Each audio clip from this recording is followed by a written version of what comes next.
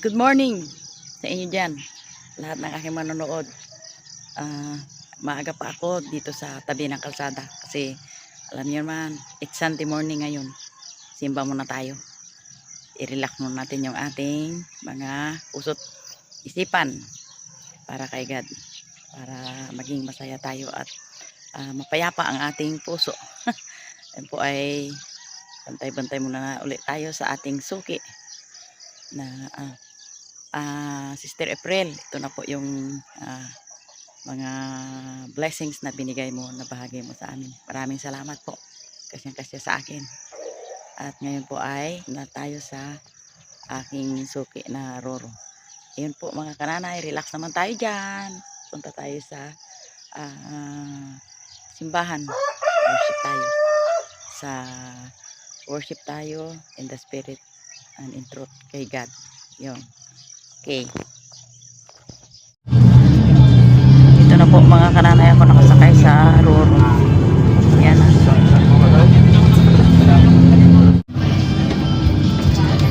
Yan po mga kananay.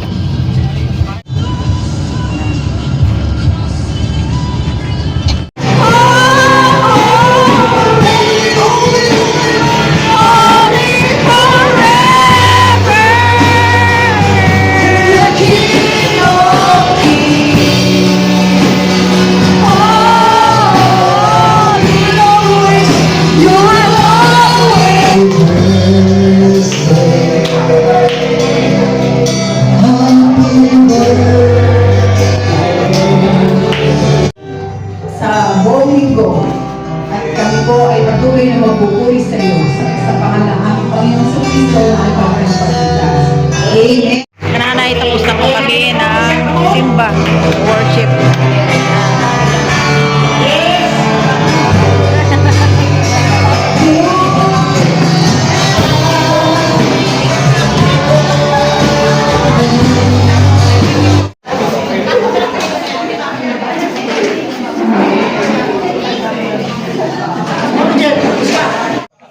Tapos na po kami ng pagsimba at ako'y uuwi na. Esther Nance.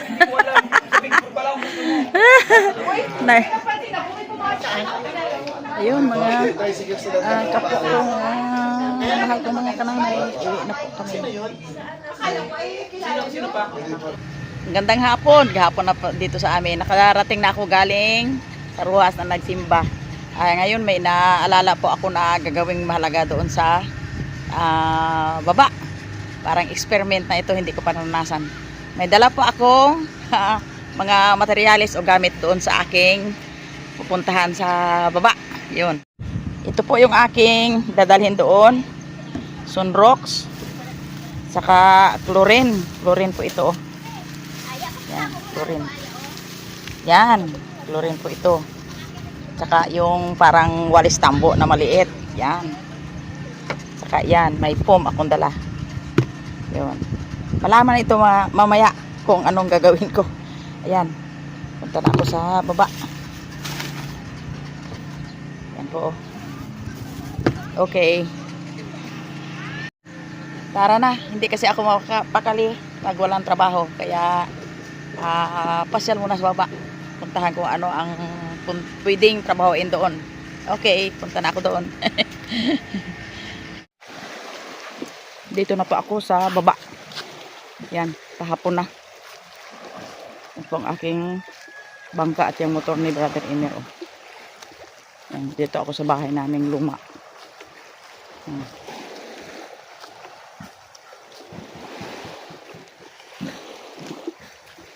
Yan.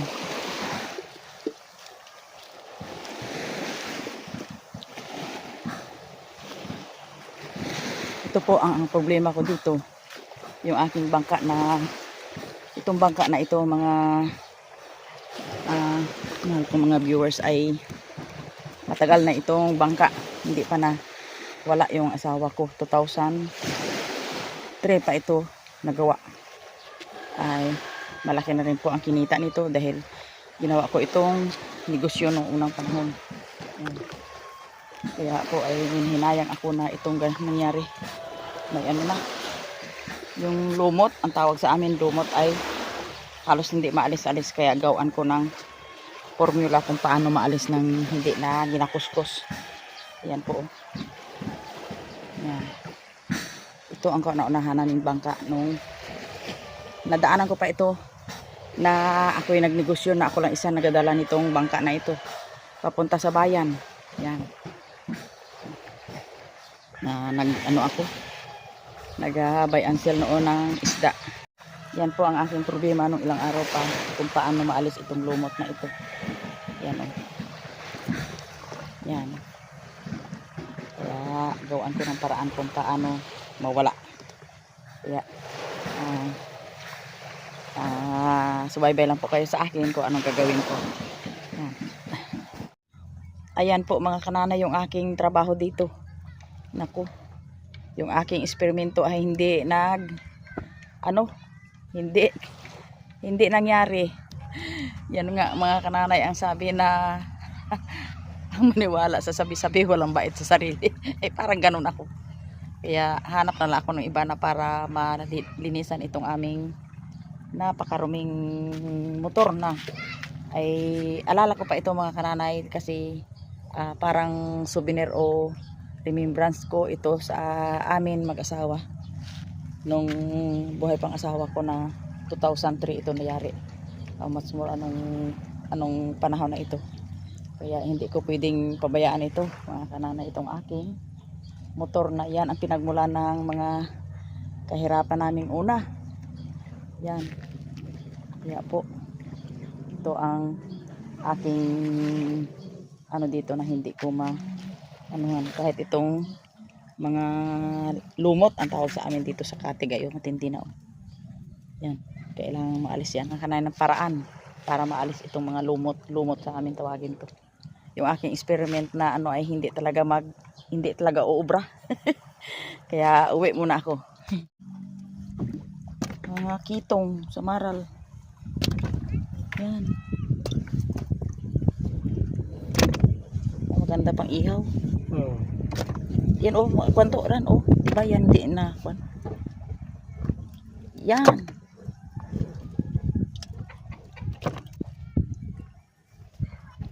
Yan. Kalaking burawis. Malamay yata rin mabol-bol eh. Wala ka pusit. Pag magtuloy hay saglit lang. Yung tag-ulan siguro na ko na.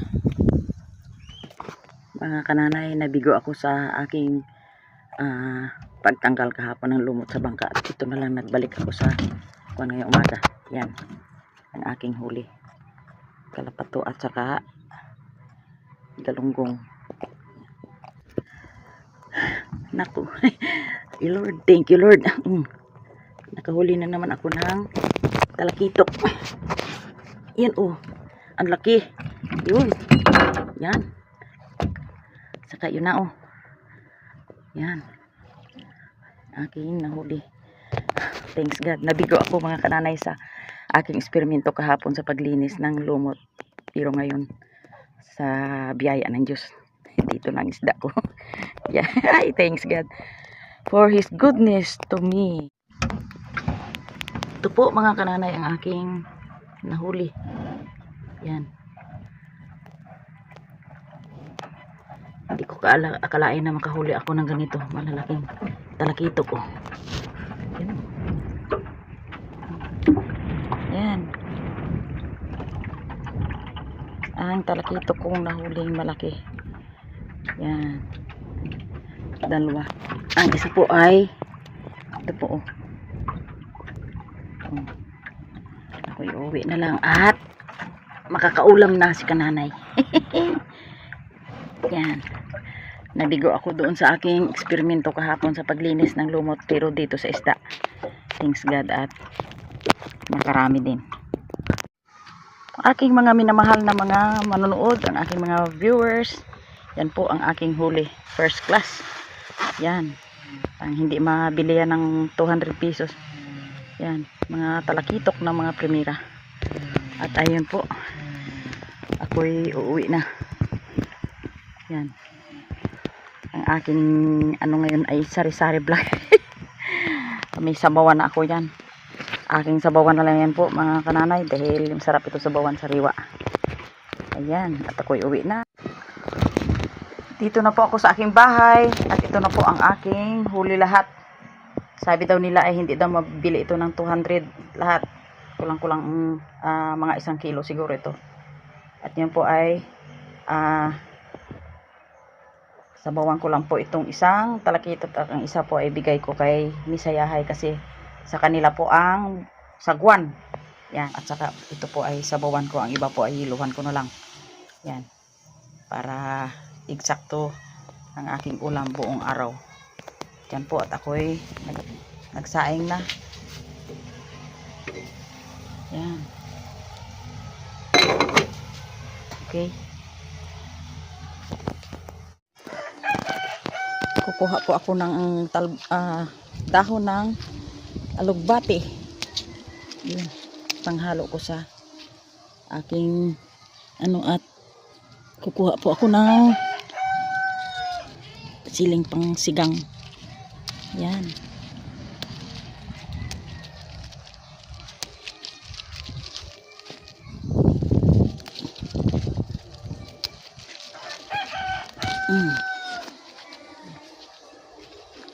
Ang kananay ay pag may tanim ka talaga,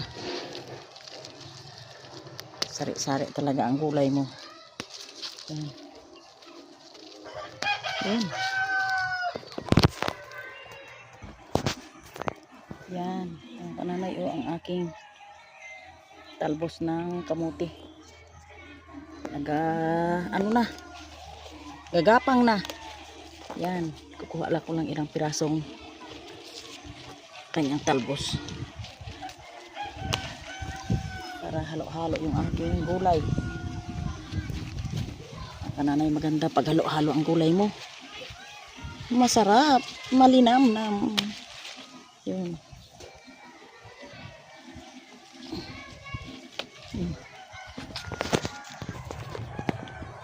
Ekstrahan ko po ng dahon ng malunggay. Buti ng halo-halo style. Yun. Yun. Ayos. Yan ang malunggay, malago na. Himay tayo ng gulay. Mga pwedeng gulay. Yan.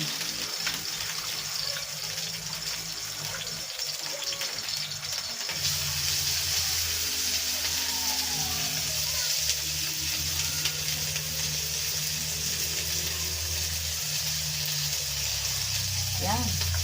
Ayos.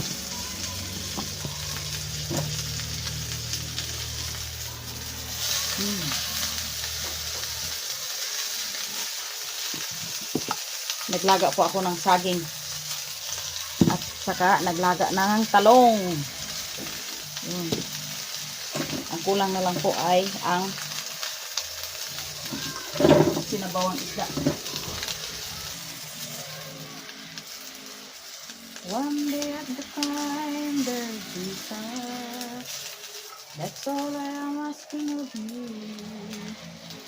Lord, give me thy strength to do what I have to do. Luto na po yung tuyo ko. Sala na lang po ng lagayan ng isda. Tuyong talakito at saka sapsap. Yun. Ito po ang aking sabawang isda. Yan, talakitok.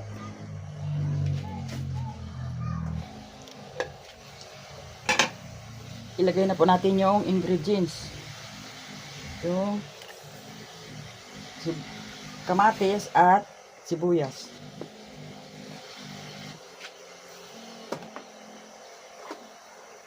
Ilagay na po natin yung isda. Yun o. Isdang talakitok. Yun. Ang talakitok. Sikip sa kasirula ang talakitok. Lagyan natin ng asin.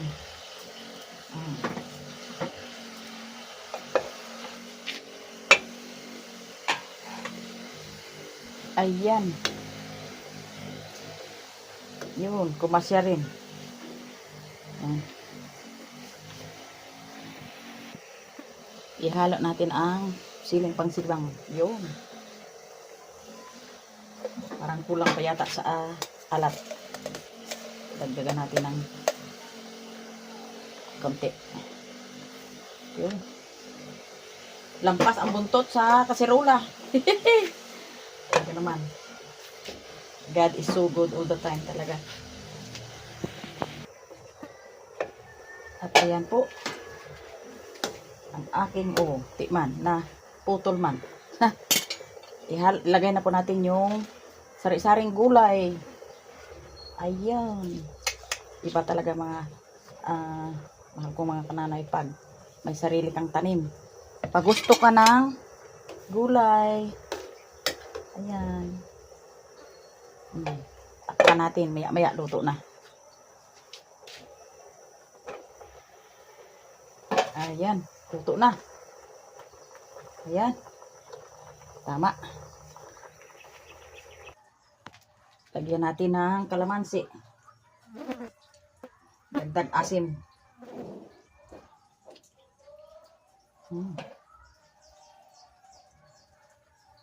Yun.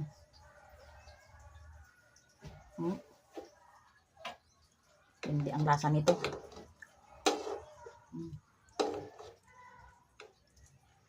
Ayos. Lagyan natin sa mangkok or sa bandehado. Ayan. Ayun mga kananay, oh. Sarap. Ayun.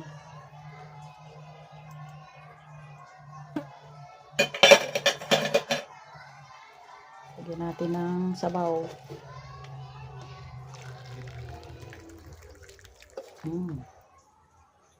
Ayos Pinoy.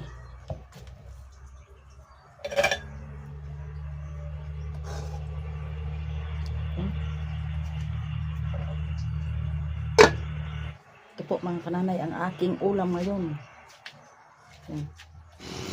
Yan po, kain po tayo. Nakakatuwa po pag ang iyong pagkain ay sarili mong huli. Yan. Ang aking kanin po ay may isang itlog. Yun. Mga kananay, ang itlog ay pampalakas. Yan po. Yan. Okay. Maraming salamat po sa biyaya mo o Diyos na binigay mo sa akin at kalakasan na kung paano ako makakahuli ng ganito karaming isda. Salamat po. Maging kasama ka sa aking pagkain ng Jesus name. Kain tayo mga kananay. Tuwang-tuwa si Kananay Mercy dahil yung kanyang ulam ay solved. Yun. May talong.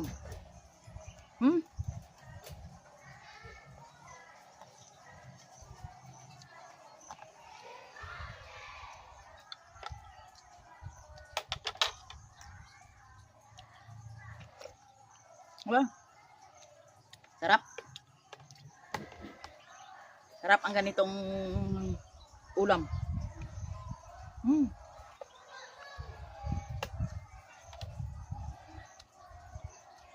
Haluan mo po ng sari-saring gulay.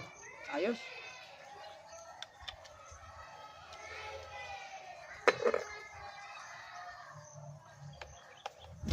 Hindi may iwasan mga kananay ang talong. Naga, masarap.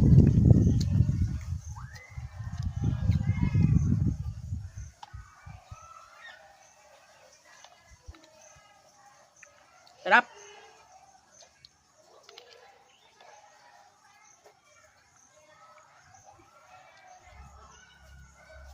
Yung iba ko pong mga nahuli mga kananay ay ibigay ko po sa mga walang ulam. Yan. Maasim-asim.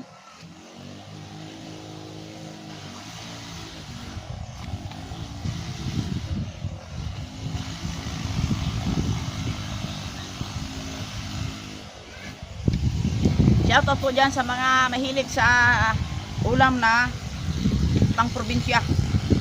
Mga sinabawang isda. Ano po, sarap.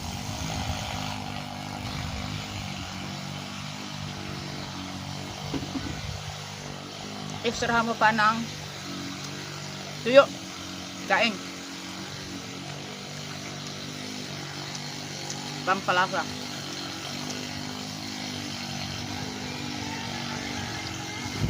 Kumain ng gulay para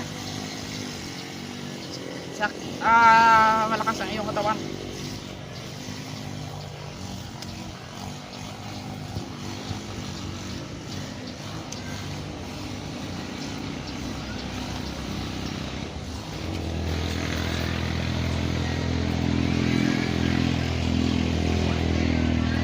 Sarap ang gulay.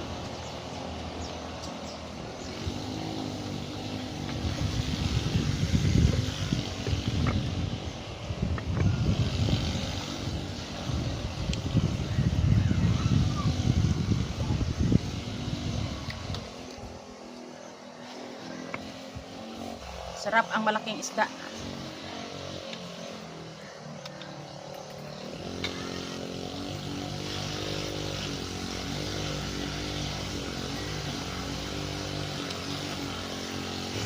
Kain po tayo ng saging. Pangtambal sa daing. Saging pangtambal sa daing. Yan.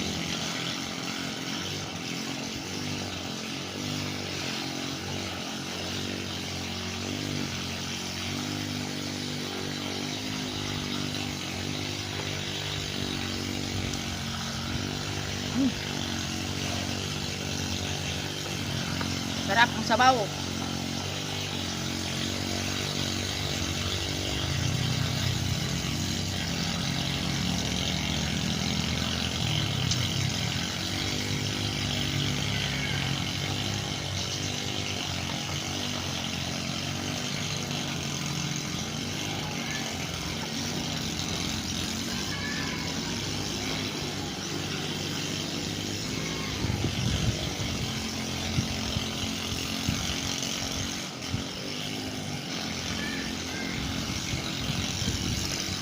Pansamantalang putulin ko po ang aking video. Salamat po sa inyong panonood. Like and subscribe, comment and share. At Kananay Mercy. Thank you very much sa inyo mga kananay. See you all again. Po si Miss Hayahay.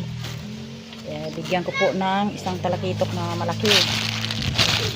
At saka ilang lumahan.